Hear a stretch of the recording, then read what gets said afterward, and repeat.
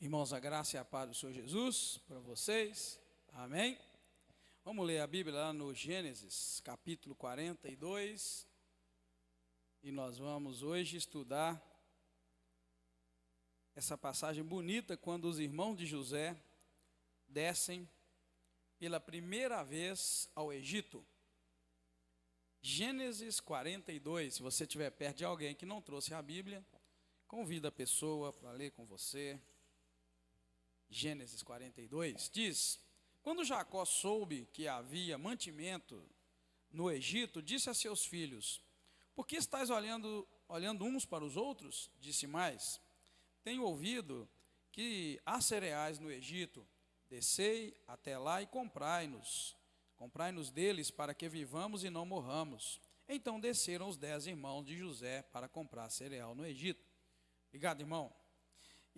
E Benjamim, porém, irmão de José, não enviou Jacó com seus irmãos, porque dizia, para que não lhe suceda algum desastre. Assim foram os filhos de Israel entre os que iam comprar cereal, pois havia fome na terra de Canaã.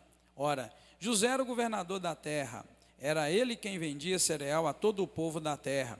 Assim os irmãos de José vieram e se inclinaram diante dele com o rosto em terra.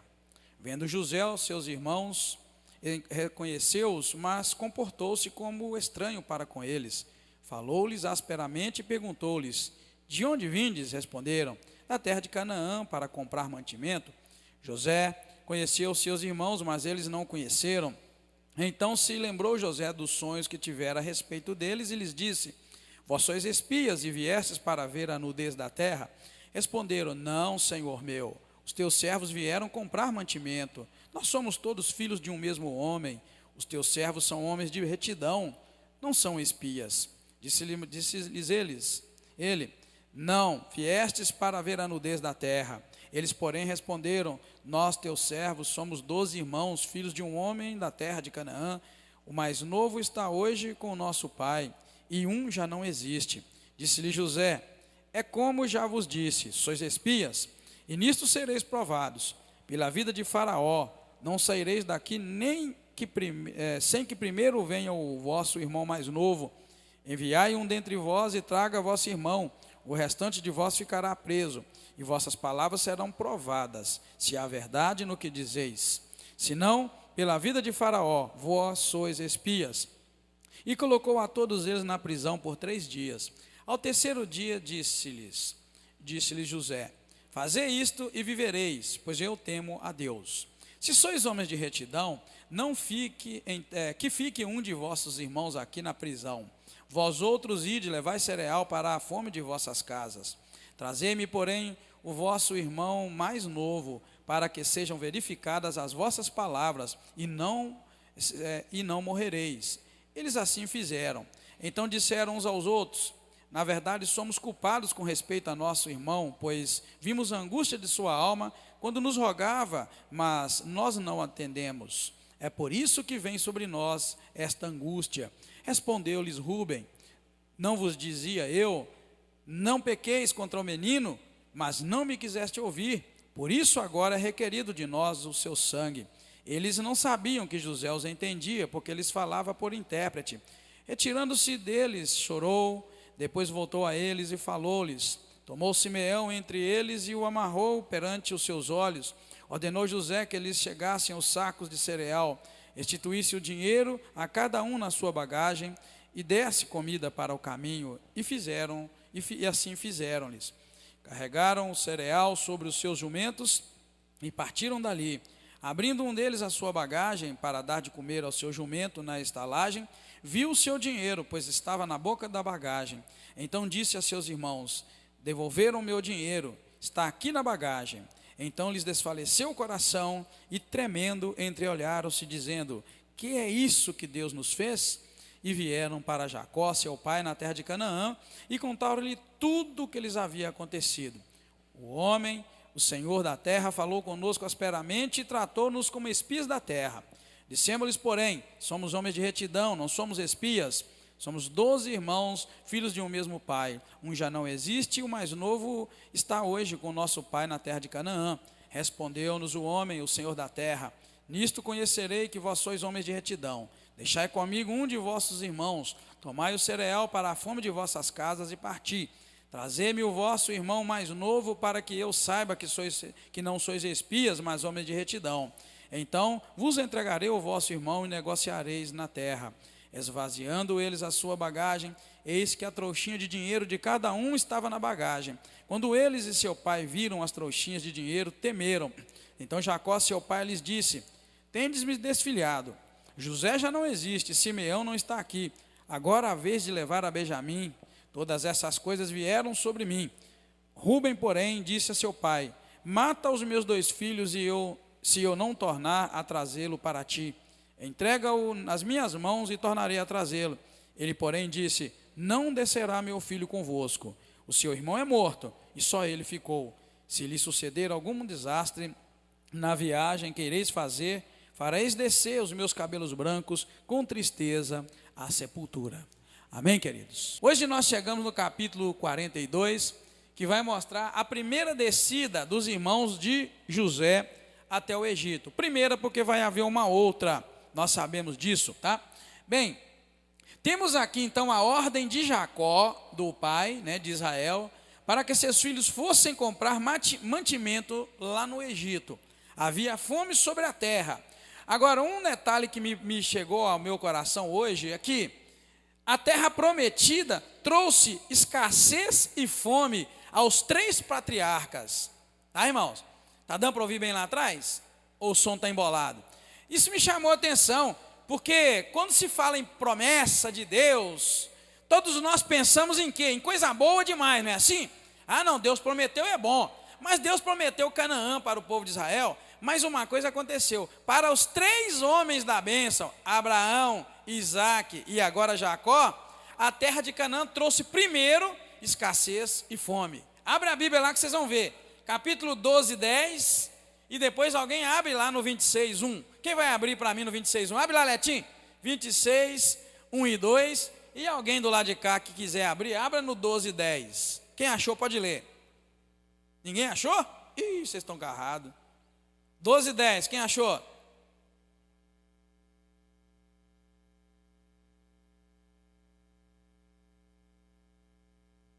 Está vendo, irmãos? O patriarca, o primeiro Abraão, vivenciou fome na terra onde ele estava. Havia fome naquela terra. Então ele desceu Abraão ao Egito para peregrinar ali.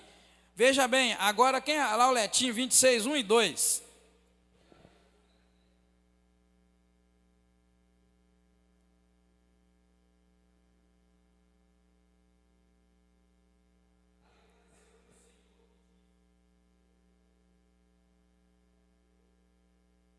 Obrigado, irmão. Está vendo? Foi com Abraão, fome, ele foi para o Egito. Agora com Isaque, fome também. E Deus avisa, não vai para o Egito. Isaque não foi.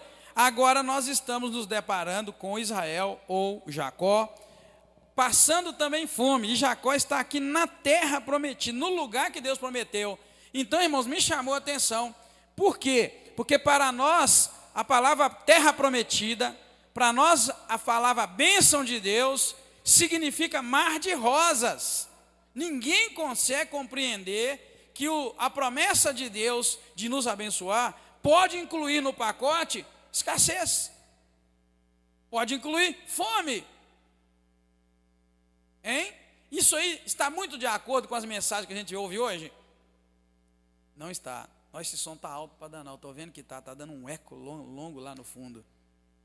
Então, irmãos, preste atenção, que isso aqui me chamou muita atenção. E isto não apenas para provar a fé dos 3, Abraão, Isaque e Jacó, mas para também nos mostrar, irmãos, que nós devemos procurar uma pátria melhor, uma pátria celestial.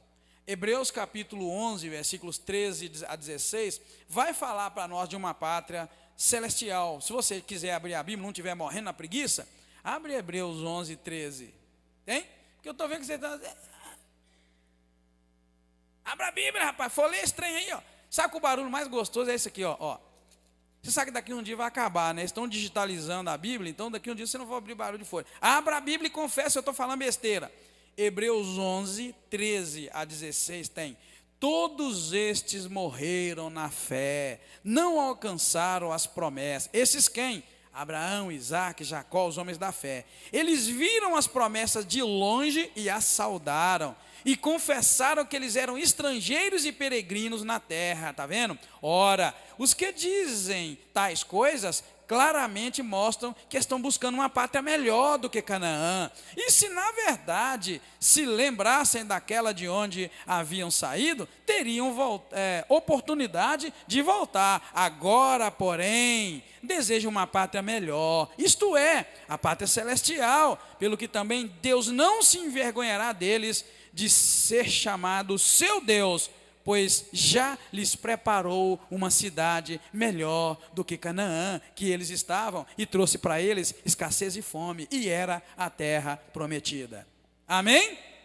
Se Deus prometeu te dar um lote, se Deus te prometeu te dar uma casa, se Deus te prometer te dar alguns milhões, faça como Abraão, como Isaque e como Jacó. Considere-se como peregrino numa terra estranha, porque a terra que nós vamos tomar posse não é aqui, é a terra celestial. Amém, irmãos? Amém? É isso que a Bíblia está dizendo. Então me chamou a atenção que era a terra da promessa, mas trouxe para eles fome. E agora, Deus me tocou no coração. Sabe por quê, Edgar? Porque Abraão, Isaque e Jacó era diferente de nós hoje. Abraão, Isaque e Jacó não andavam atrás de terra, não andavam atrás de bens materiais. Eles andaram na terra da promessa como se fossem estrangeiros. A Bíblia que nós acabamos de ler aqui em Hebreus fala que eles eram como peregrinos em terra estranha. Só que a terra não era estranha, era a terra deles.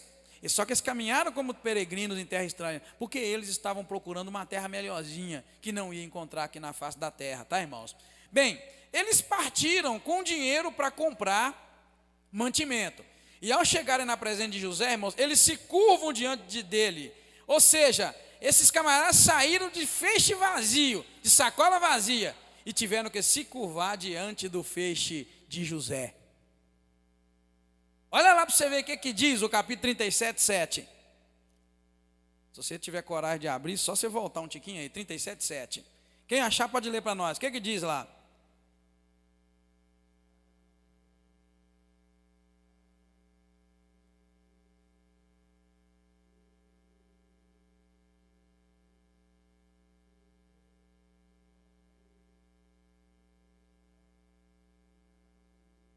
Viu? Isso era o sonho que José teve, que os feixes dele, o feixe dele, na verdade, se levantava, e os feixes que os irmãos dele traziam na mão, se inclinavam diante do feixe que José tinha. Por isso que eu me lembrei disso, quando a Bíblia mostra para nós aqui, que os irmãos de José chegaram, em questão de respeito, se curvaram, e cumprimentaram José, chamando ele de Senhor. Na hora eu me lembrei, os feixes deles tiveram aqui que se curvar diante do feixe de José.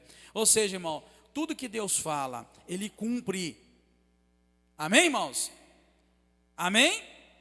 Tudo que Deus fala, Ele cumpre. E na verdade, essa passagem para nós é importante, porque aqui a gente começa a ver o cumprimento da palavra que Deus havia dito a José que faria. Versículo 6 diz: assim foram os filhos de Israel entre os que iam comprar cereal, pois havia fome na terra de Canaã. Ora, José era governador da terra, era ele quem vendia cereal a todo o povo da terra. Assim os irmãos de José vieram e se inclinaram diante dele com o rosto em terra. Cumpriu-se aqui aquilo que Deus disse lá em sonho, disse a José, no capítulo 37, versículo 7, se curvaram diante dele. Bem, irmãos, assim a gente precisa compreender que as coisas que Deus fala, ainda que levam um tempo, Ele é poderoso para cumprir todas elas na nossa vida. Bem, um detalhe acontece a partir agora do versículo 7. José reconhece os seus irmãos, tá? E assim que ele reconhece seus irmãos, ele se lembra dos sonhos. Mas me chamou a atenção que eles não reconheceram José. Por que será que eles não reconheceram José? Por que se esqueceram de José? É uma das coisas, né? Mas esqueceram do menino. Isso é muito sério.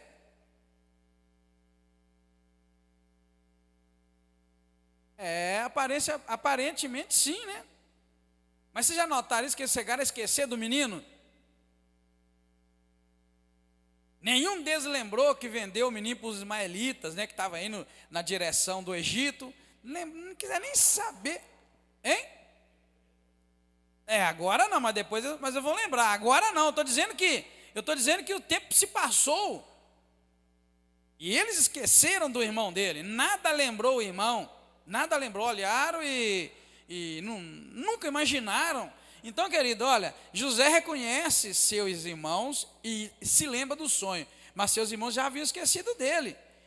Eles lhe respondem com respeito, né? Os meninos falam a José com respeito, quando eles chamam ele de Senhor. Nós vimos aqui, eles se curvaram diante dele, né, em reverência, no capítulo 42, vai mostrar para nós, eles se inclinam diante com o rosto em terra e chegam a chamar José de meu Senhor. Está vendo? Mas José faz o contrário, eles se curvam mostrando respeito a José, mas José, porque reconheceu que eram seus irmãos, endurece e se mostra rude com eles, e na verdade era tudo uma estratégia para trazer com eles, trazer de volta para que José pudesse ver o menino mais novo, o irmão dele, o Benjamim. Agora, um detalhe me chamou a atenção. Eu não trouxe um mapa ali, mas o Egito estava distante de Canaã pouco tempo de carruagem. José era o segundo no Egito. Uma coisa me chamou a atenção. José poderia ter ido lá em Canaã visitar o pai. Poderia ter ido em Canaã visitar os irmãos. A viagem não era tão longa. Tanto que os meninos fizeram essa viagem para ir lá comprar. Eles vão voltar e vão lá outra vez. Depois vai vir o velho, a família, o homem já velho, mas ele vai e faz a viagem. Então, quer dizer, não era longe. José era poderoso, tinha muita autoridade, podia fazer o que ele quisesse. Mas me chamou a atenção o fato de ele não voltar para fazer uma visita para o pai dele. Hein? Já pensaram nisso? Ele não fez visita. Ele ficou esse tempo. Pelo menos 7 anos ele ficou. E depois mais 7, que são os 14 anos. 7 de fartura e 7 de fome. Sem contar os 2 anos que se passaram depois que o copeiro foi livre. Então já vai para 16 anos. Eu não vou contar os anos que ele ficou preso e nem os anos que ele trabalhou na casa de Potifar. Então 16 anos eu garanto que ele ficou no Egito. 2 anos depois que o copeiro foi livre e ele continuou preso. 7 anos de fartura e 7 anos de miséria. Agora, 14 anos e ele não foi visitar os pais. Perto, a distância era perto. Tanto é que os meninos acabaram de chegar lá para comprar, já voltaram. No capítulo 45 mostra o menino chegando e voltando. E depois nós vamos ver eles voltando outra vez. Agora eu te pergunto, por que será que ele não foi? Só estou pensando, na Bíblia não mostra, mas eu queria que você pensasse. Nós estamos estudando sua família, na quinta-feira, dentro da Bíblia. Ele podia ter ido lá ver o pai dele, não podia? Ele tinha condições, ele podia, ó rei, faraó, eu preciso ver o meu pai já velho, homem velho. E claro que o faraó ia deixar. Você vai ver que na frente, José consegue tudo que ele quer para o pai dele. Consegue a melhor terra, para produzir gado. O pai dele vai morar lá Israel prospera. Ele pede o que ele pede, Faraó fala, pede o que você quiser, põe sua família na melhor terra do Egito. Você vai ver que ele tinha autoridade, mas ele não, a Bíblia não relata que ele demonstrasse que queria ir lá e visitar os irmãos, nem o pai.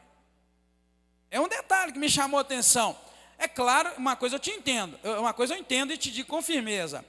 José, desde jovem, era um menino guiado por Deus, temente a Deus.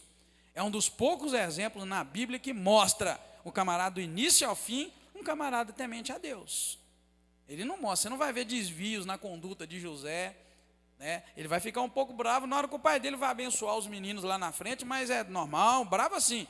Falou, pai, mas por que o senhor fez assim? Mas você vai notar que o camarada tinha uma conduta de um homem de Deus.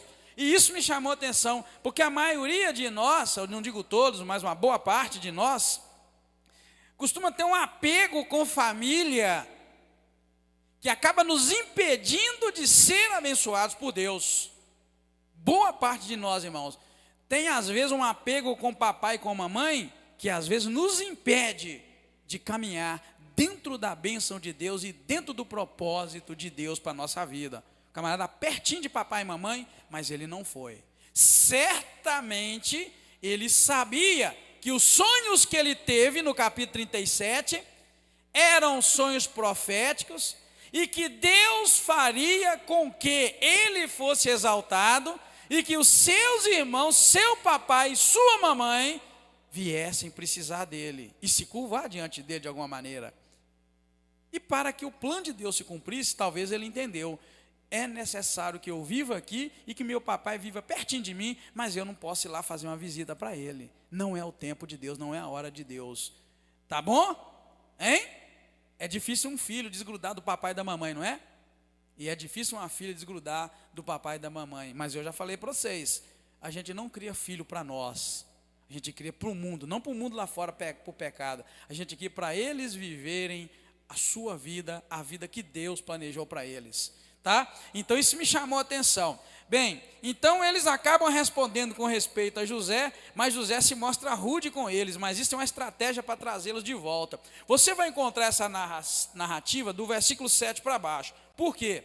A Bíblia fala que vendo José seus irmãos, reconheceu, mas ele se comportou-se como estranho, falou-lhes asperamente e perguntou de onde eles vinham, eles responderam. Você deve estar pensando assim, mas por que José falou aquilo, sendo que José sabia quem eram os seus irmãos?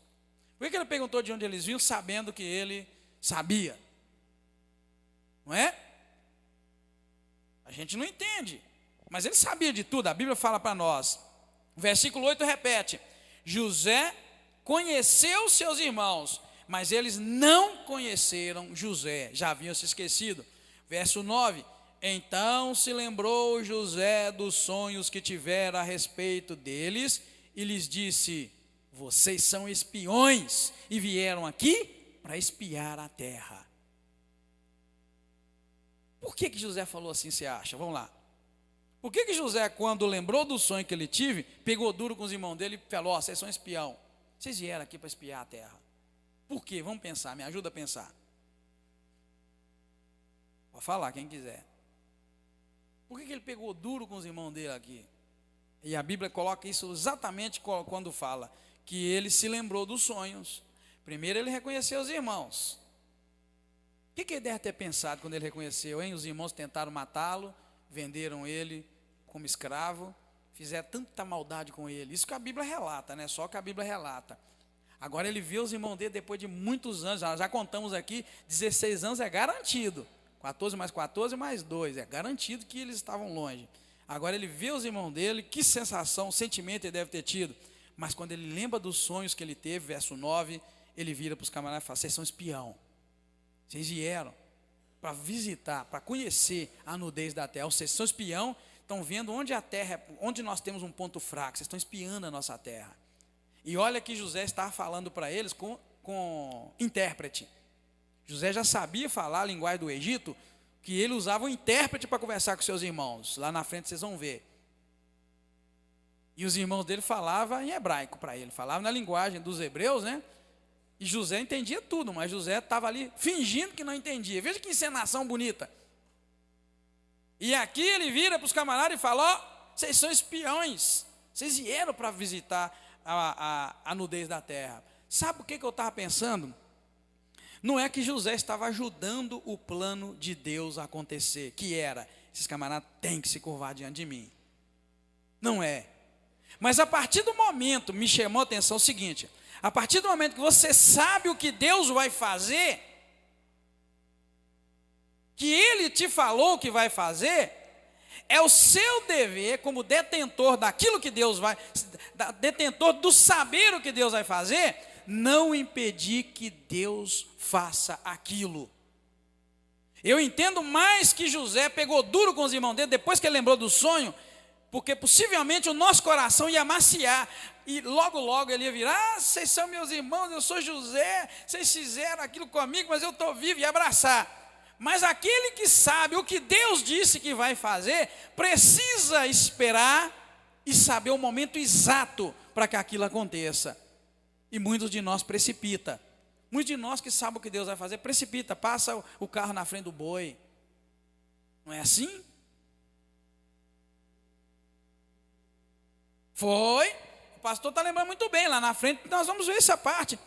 Ao ponto que ele segurou, deu uma de durão, pá, Deus mostrou, agora ele vai cumprir. Pegou duro com os irmãos e vai pegar mais duro cá para frente. Você vai ver que ele vai pegar mais duro, mas ele amacia. De repente ele manda sair um só, ir lá e buscar os irmãos. Ele inverte, fica um e manda os outros. Põe dinheiro na sacola. Aquele colocar dinheiro, sim, na verdade era a bondade de José em mandar o dinheiro de volta. Mas na verdade aquilo também era um laço para quê? Eu ponho o dinheiro e eu conheço meu pai.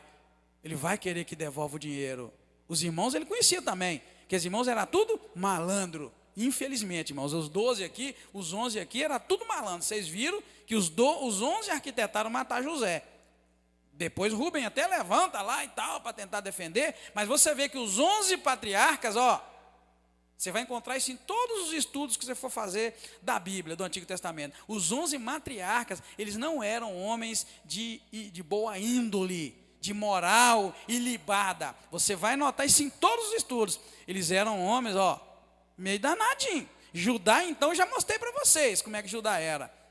Então, aquela ideia que a gente tinha deles, de 12 perfeitos, a gente vai ver que era 12 camaradas difícil.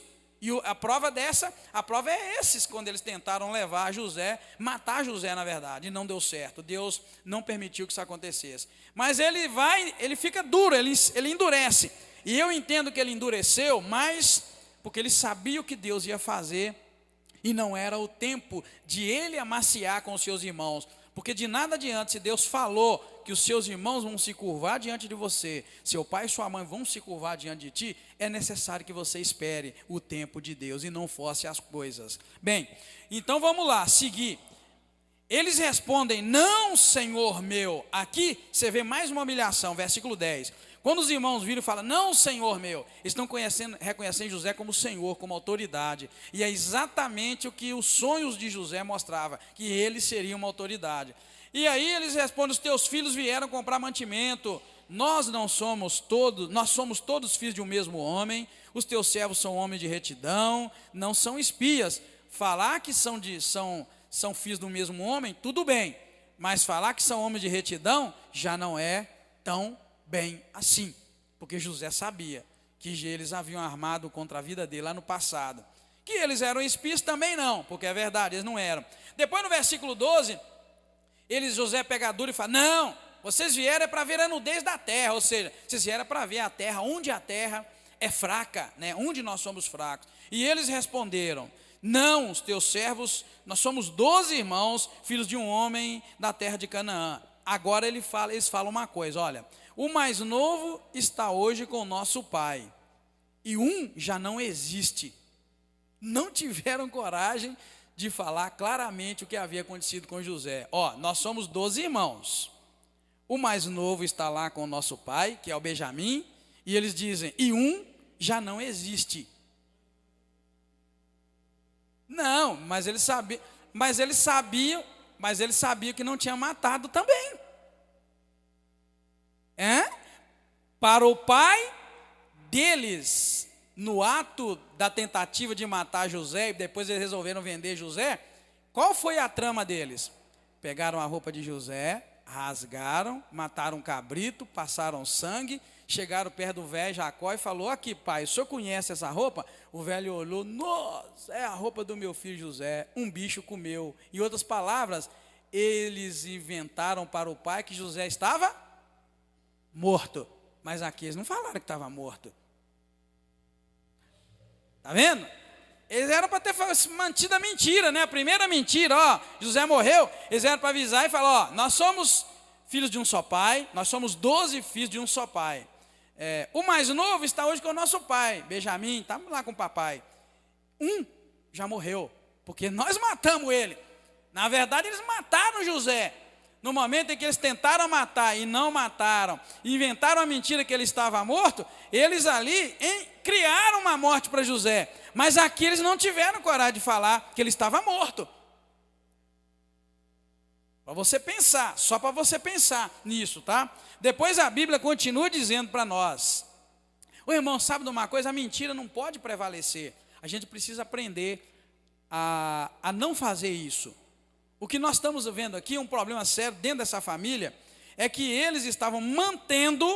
esses meninos estavam mantendo uma situação na qual, para o seu pai, o menino José estava morto, mas para eles, eles sabiam que o menino não estava morto, o menino foi vendido, o menino foi vendido como escravo, essa é a verdade, tá? Seguindo então, nós vamos ver o seguinte, 14, o José pega duro e fala, olha, como eu já disse para vocês, vocês são espiões. No versículo 15 ele começa a criar uma situação, nisto sereis provados pela vida de Faraó, não saireis daqui sem que primeiro venha o vosso irmão mais novo, enviai um dentre vós que traga o vosso irmão, o restante de vós ficará preso, e vossas palavras serão provadas, se há verdade no que dizeis, senão pela vida de Faraó, vós sois espias. Ele cria uma situação, um vai voltar, ele fala assim, vai enviar um de vocês, traga o irmão, e o resto fica preso. Primeira estratégia, um vai e o resto fica preso, versículo 16, mas você vai ver que ele muda essa situação, colocou todos eles na prisão por 3 dias, está vendo? Ficaram 3 dias na prisão, ao terceiro dia ele disse, olha, vamos fazer o seguinte, e vivereis, porque eu temo a Deus. Eu só queria que você pensasse assim, se algo mudou, quando aqueles meninos ouviram José dizendo, vamos fazer isto, e vivereis, pois eu temo a Deus. Eu queria que vocês imaginem o seguinte, José estava ali como governador do Egito, uma terra estranha, um povo pagão, um povo que não cria em Deus. Os irmãos estavam sendo hostilizados por José, que até então para eles era um egípcio. Mas de repente José volta, no terceiro dia que eles estavam presos, e fala, olha, fazei isso, e vivereis, pois eu temo a Deus. Como deve ter soado nos ouvidos, como deve ter soado isso no ouvido desses irmãos, quando eles ouviram dizer, opa, esse governador teme a Deus. Já imaginaram? O que deve ter soado no ouvido deles, quando eles ouviram José dizendo, olha, vamos combinar um negócio, vamos mudar, porque eu temo a Deus. Será que isso soou para eles como uma saída, como uma solução, uma luz? Se esse camarada teme a Deus, ele não vai fazer mal para a gente, porque nós conhecemos Deus, né? Bem, a verdade é que José vai e muda a sua estratégia. Se vocês são homens de retidão, que fique um de vossos irmãos aqui na prisão, e vós outros ides e levais cereal para a fome da vossa casa. Trazei-me, porém, o vosso irmão mais novo, para que sejam verificadas as vossas palavras, e não morrereis. E eles fizeram assim. Melhorou. Iam ficar todos e ia um para o pai. Agora ele muda, fica um e manda os outros para a casa do papai. Bem, a verdade é essa, José ainda está duro e rude com eles, mas isso tudo como uma estratégia para trazer o irmão mais novo. Agora o versículo 21 e 22 me chamou a atenção para uma coisa.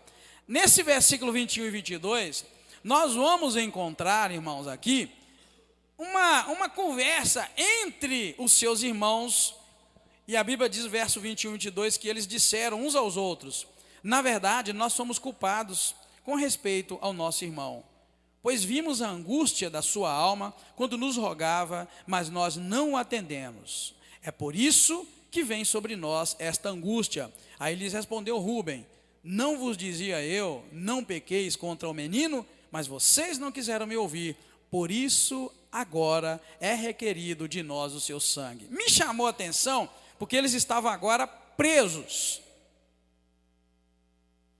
E é nesse momento de prisão, de angústia, sendo acusados de ser espias, é que eles começam a pensar, sabe o quê? No pecado que eles cometeram há muitos anos atrás. E aí, eu coloquei isso aqui meio que de propósito. Nada melhor do que a aflição para nos fazer considerar os nossos pecados e buscar o arrependimento e o perdão de Deus. Esses camaradas estavam numa situação difícil demais, irmãos, agora. Vieram comprar comida com dinheiro e acabam presos, acusados de espionagem, sendo maltratado pelo governador da terra, que na verdade era irmão deles e não sabiam. E a coisa fica confusa, vocês são espião, vocês vieram aqui para espiar. Até não, nós viemos comprar mantimento, nós somos filhos, somos 12 irmãos, um está com o papai, o mais novo, mas o outro já não existe. E aí foi contando a história de vida deles, e de repente o camarada fala, não, vocês vão ficar presos aqui, e um de vocês vai lá e traz o irmão mais novo para provar que vocês não são mentirosos. 3 dias depois, o camarada muda de ideia, não, um só vai ficar e os outros vão, leva a comida. E aí eles começam a pensar, olha, você quer saber de uma coisa? Nós somos culpados, com respeito ao nosso irmão. Olha que confissão bonita, na verdade, somos culpados com respeito ao nosso irmão. Eles estão confessando no versículo 21 algo fora um pouco do contexto. A história era outra, a história era voltar e levar comida para o pai, e trazer o filho mais novo, e saciar a fome da família. Esta era a questão. E eles acabaram presos ali por 3 dias, e nesse momento é que eles começam a confessar uma coisa. Do nada, o versículo 21, eles falam, na verdade, eles estavam conversando, a Bíblia diz que eles estavam falando uns aos outros e disseram, na verdade, nós somos culpados com respeito ao nosso irmão. 16 anos depois, 20 anos depois ou mais, os camaradas, numa aflição, é que eles começam a meditar e pensam, olha, nós somos culpados com respeito a José. Nós não devíamos ter feito o que nós fizemos com ele. Aí Rubem levanta e ainda fala, olha, eu na verdade, eu falei para vocês, não peca contra o menino, mas vocês não quiseram me ouvir, é por isso que agora está acontecendo conosco. Alguns princípios, irmãos, que a gente precisa aprender. Algumas coisas acontecem conosco hoje, porque a gente plantou coisa no passado. Por isso que eu coloquei, nada melhor do que a aflição, para nos fazer considerar pecados e buscar arrependimento, ou pedir perdão, ou consertar com Deus, ou consertar com alguém. Eu não sei vocês, mas a tendência natural é a seguinte, quando está tudo bem, a gente fica tranquilo. Mas quando um crente, servo fiel, temente a Deus, passa por uma aflição, qual a primeira coisa que um crente temente a Deus faz quando está vivendo um problema muito sério? Seja em qualquer área. O que a gente faz? Primeira coisa que um crente faz? Hein? Buscar mais, né? O que mais? Pode falar. Com relação à sua vida pessoal, o que a gente faz? E aí, essa reflexão é qual? O que a gente pensa? Não, mas assim, hein? Mas a análise que você faz é qual? Está tudo dando errado na sua vida? Hein? Pode falar, tem uma palavrinha, que é o mais normal.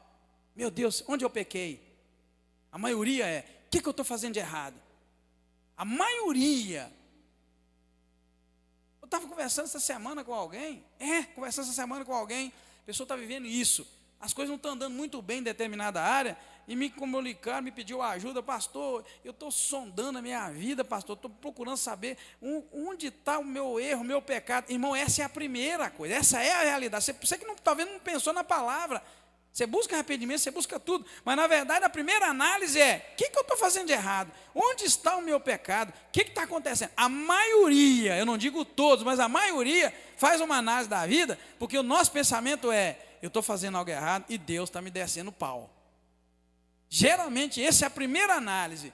Nem todos nós temos aquela convicção, não, eu estou tranquilo, estou bem com Deus, estou fazendo a coisa que Deus espera que eu faça, e isso está acontecendo, é um momento, é prova, é o caminho para eu chegar lá, o caminho tem que passar por isso e eu estou passando. Mas a maioria de nós já vai por aquele caminho. O que eu fiz de errado? E é isso que esses camaradas estão fazendo aqui no momento de aflição, e não exatamente assim. Eles já entram confessando um pecado. Na verdade, somos culpados com respeito ao nosso irmão José, porque nós vimos a angústia da alma de José, quando ele nos rogava, quando ele pedia para não fazer aquilo, mas nós não o atendemos. É por isso que vem sobre nós esta angústia. E aí Rubem lhes responde, não vos dizia eu, não pequeis contra o menino, mas vocês não quiseram me ouvir. Por isso, agora é requerido de nós o seu sangue. Por isso, agora é requerido de nós o seu sangue.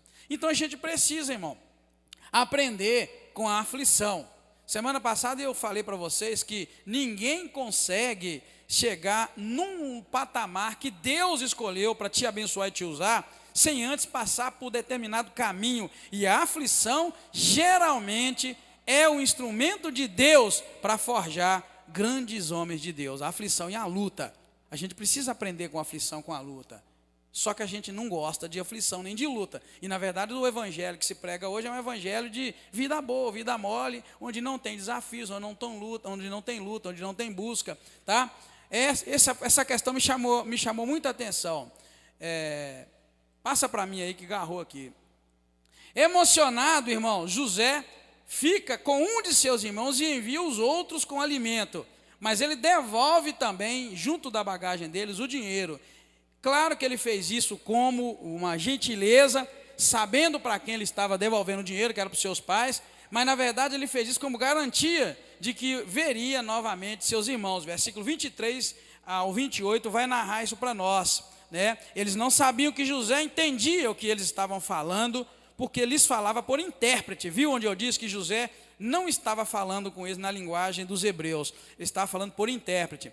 Aí que mostra a passagem que o pastor Maci lembrou. Retirando-se deles, José chorou, e depois ele voltou a eles e falou-lhes, tomou Simeão entre eles, amarrou perante os seus olhos e ordenou José que eles enchessem os sacos de cereal, restituísse também o dinheiro. Nessa passagem nós vamos encontrar o seguinte, que um deles abre a bagagem, porque ia dar de comer o jumento, e lá ele encontra o dinheiro. Quando ele encontra o dinheiro referente à compra, né, de cereal que ele tinha, ele vira para os seus irmãos e fala, devolver o meu dinheiro, está aqui na bagagem. Então lhes desfaleceu o coração e tremendo entreolharam-se e disseram, que é isso que Deus nos fez? Ele vira e pergunta, meu Deus, o dinheiro da compra está aqui dentro, que é isso? O que é isso que Deus nos fez? É uma pergunta séria. Não é? O que é isso que Deus nos fez? Primeiro, eles viram que José, na verdade, que eles nem sabiam que era José, na verdade, quem lembra o nome de José aqui? Quem lembra o nome dele? Zafenate Paneia. Então, na verdade, esse era o nome, não era José. A gente está falando José aqui, porque é o José, né? Mas o nome que ele se apresentou era esse. Ele sabia que ele era muito rude, muito duro. Até então o José estava bruto com ele. Vocês são espião, vocês são isso, vocês são aquilo. Aí quando eles abrem a sacola de dinheiro, encontram o dinheiro, o que eles pensaram? Meu Deus, o que Deus fez conosco? Diz o versículo 28. Que é isso que Deus nos fez. Está vendo como é que Deus leva a culpa? Deus sempre leva a culpa. Se fosse hoje, se você comprasse um lá no supermercado e aí lá dentro você encontrasse o dinheiro de volta, o que você ia falar? O que é isso que Deus me fez? Você ia falar assim? Não sei. Mas para um homem rude como era José, aqui, isso era uma encrenca. Com que cara nós vamos chegar lá e devolver o dinheiro? Essa é a questão. Tá, irmãos? Aqui mostra que ele faz isso, a gente nota claramente que é uma estratégia para poder tê-los de volta. Porque, na verdade, ele não devolveu o dinheiro apenas em um saco. Aqui, um deles abre a bagagem para dar de comer aos seus jumentos e encontra o dinheiro. Mas você vai ver que lá na frente, já estando em casa, quando todos abrem a bagagem, todos vão encontrar o saco do dinheiro. Em outras palavras, José deu para eles um mantimento que eles vieram comprar e colocou dentro da bagagem de cada um deles o dinheiro de volta. Ele não cobrou o alimento, ele colocou o dinheiro de volta. Tá? A gente vai ver esse detalhe. Pode passar aí mais um para nós. Em casa, eles reportam tudo ao pai. Eles começam a contar a partir do versículo 29, tudo que aconteceu, eles repetem para o pai deles, para Jacó. E mostram como eles foram tratados como espias. E ao abrir a bagagem, ele descobre todo o dinheiro, eles temem, e ao final das contas, a gente nota que Jacó se vê numa encruzilhada, onde ele pode perder mais um filho agora. E você vai ver esse detalhe todo narrado a partir do versículo 29. Vieram para Jacó, seu pai, na terra de Canaã, e contaram-lhe tudo o que lhes havia acontecido. O homem, o Senhor da terra, falou conosco asperamente e nos tratou como se fôssemos espias. Nós dissemos que nós somos homens de retidão, que não somos espias. Somos 12 irmãos, filhos de um mesmo pai. Um já não existe e o mais novo está hoje com nosso pai. Está vendo? Eles repetem, um já não existe e o outro está com nosso pai na terra de Canaã. E aí ele nos respondeu, nisso conhecerei que vós sois homens de retidão. Deixai comigo um de vossos irmãos, tomai o cereal para a fome das vossas casas e parti, trazei-me o vosso irmão mais novo, para que eu saiba que não sois espias, mas homens de retidão. Então vos entregarei o vosso irmão e negociareis na terra. Aí a Bíblia diz, verso 35, esvaziando eles a bagagem, eis que a trouxinha de dinheiro de cada um estava na bagagem. Quando eles e seu pai viram as trouxinhas de dinheiro, temeram. Quando viram que o dinheiro estava lá, o temor caiu sobre eles. Certamente, irmãos, aqueles meninos não eram meninos muito bons, como a Bíblia mostra para nós. Mas uma coisa a gente nota, Jacó era um homem bom, um homem direito, um homem de Deus. E então Jacó disse para eles, no verso 36, vocês me desfilharam, José já não existe e Simeão não está aqui. Agora a vez de levar a Benjamim. Todas essas coisas vieram sobre mim. Tudo isso veio sobre mim. Está vendo? Eles abrem a bagagem, contam dinheiro e Jacó agora olha e fala, meu Deus, já perdi um filho e agora eu vou perder outro. Por que eu vou perder outro? Porque os camaradas lá na terra do Egito abriram a boca e disseram para José que tinha um irmão que estava em casa, o irmão mais novo. Vão perder. Viu como é que a boca da gente fala besteira? Vocês se deram conta que a gente fala besteira? A boca da gente fala besteira? Eles não tinham nada que falar que tinha mais um irmão com José, nada disso. Podia ter falado, nós somos filhos de um só pai. Não, nós somos 12. Um já não existe, que era o José que estava na cara deles, né? Um já não existe. O outro mais novo está lá com o papai. Falou no mais novo, o que aconteceu com José? Opa, eu preciso conhecer meu irmão mais novo. Eu preciso que ele venha aqui para eu ver. Eu preciso ver meu irmão mais novo. Entendeu? Então, quer dizer, a boca da gente fala besteira. É por isso que o Jacó vira para ele, olha, vocês me desfilharam, José já não existe, Simeão não está aqui, que ficou preso, e agora a vez de levar o Benjamim, o mais novo, todas essas coisas vieram sobre mim. Que coisa, que luta. Vou perder meu filho, e velho, ele fala aqui, ele chega a dizer que ele é velho. Então, querido, essa parte me chama a atenção para a gente pensar numa coisa. Cuidado com aquilo que você fala, não fale mais do que você precisa falar, seja comedido nas suas palavras. Fale só aquilo que é importante, que é necessário. Eu noto que eles abriram a boca naquele momento e começaram a dar um relatório. Você vai dizer, mas isso estava no plano de Deus. Mas nós não estamos aqui analisando exatamente o plano de Deus. Nós estamos analisando o passo de pessoas que fazem coisas que não deviam, e lá na frente elas têm que assumir algumas responsabilidades. E nesse caso a gente vê claramente que eles abriram a boca e falaram e deixaram Jacó numa situação difícil. Pode passar aí, Anacil. Ao negar que Benjamim possa descer para satisfazer a vontade do governador do Egito, Rúben põe seus 2 filhos como fiança, como garantia de que traria de volta Benjamim. Você vai encontrar isso no versículo 37, 38. Eu pus 28 ali, mas eu errei. Mas me chamou a atenção o seguinte, será que esta é uma maneira que Rúben encontrou de se redimir com o seu pai, porque ele dormiu com a mulher do pai dele? Porque ele vira e fala, pai, Rúben fala assim no versículo 37, mata os meus 2 filhos, se eu não tornar a trazer para o senhor o Benjamim, porque o Benjamim tinha que ir para provar que eles não eram mentirosos, nem eram espiões, e o Benjamim tinha que ir para trazer de volta o irmão deles que havia ficado lá. Agora ele vira e fala, o Rúben vira e fala, mata os meus 2 filhos, se eu não tornar a trazer Benjamim para ti. Entrega-o nas minhas mãos e eu vou trazer Benjamim de volta.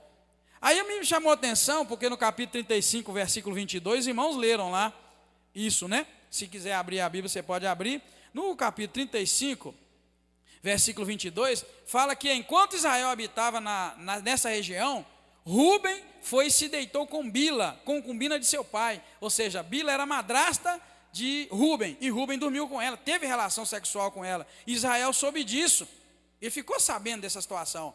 Aí agora ele levanta para defender e fala, pai, pode mandar o menino comigo, porque eu vou trazer o menino de volta. Aí eu penso, pode matar os meus 2 filhos se eu não trouxer o menino de volta. E me chamou a atenção, será que ele não fez isso como uma maneira de se redimir com o pai, pelo incesto que ele teve com a madrasta? E assim, irmãos, esse texto vai terminar, né, dizendo que Jacó virou e disse, não descerá meu filho convosco, o seu irmão é morto, e só ele ficou. Se lhe suceder algum desastre na viagem, o que ireis fazer? fareis descer os meus cabelos brancos com tristeza à sepultura. Pode passar e nós vimos que acabou. Tá bom, irmãos? Aqui encerra o capítulo 42.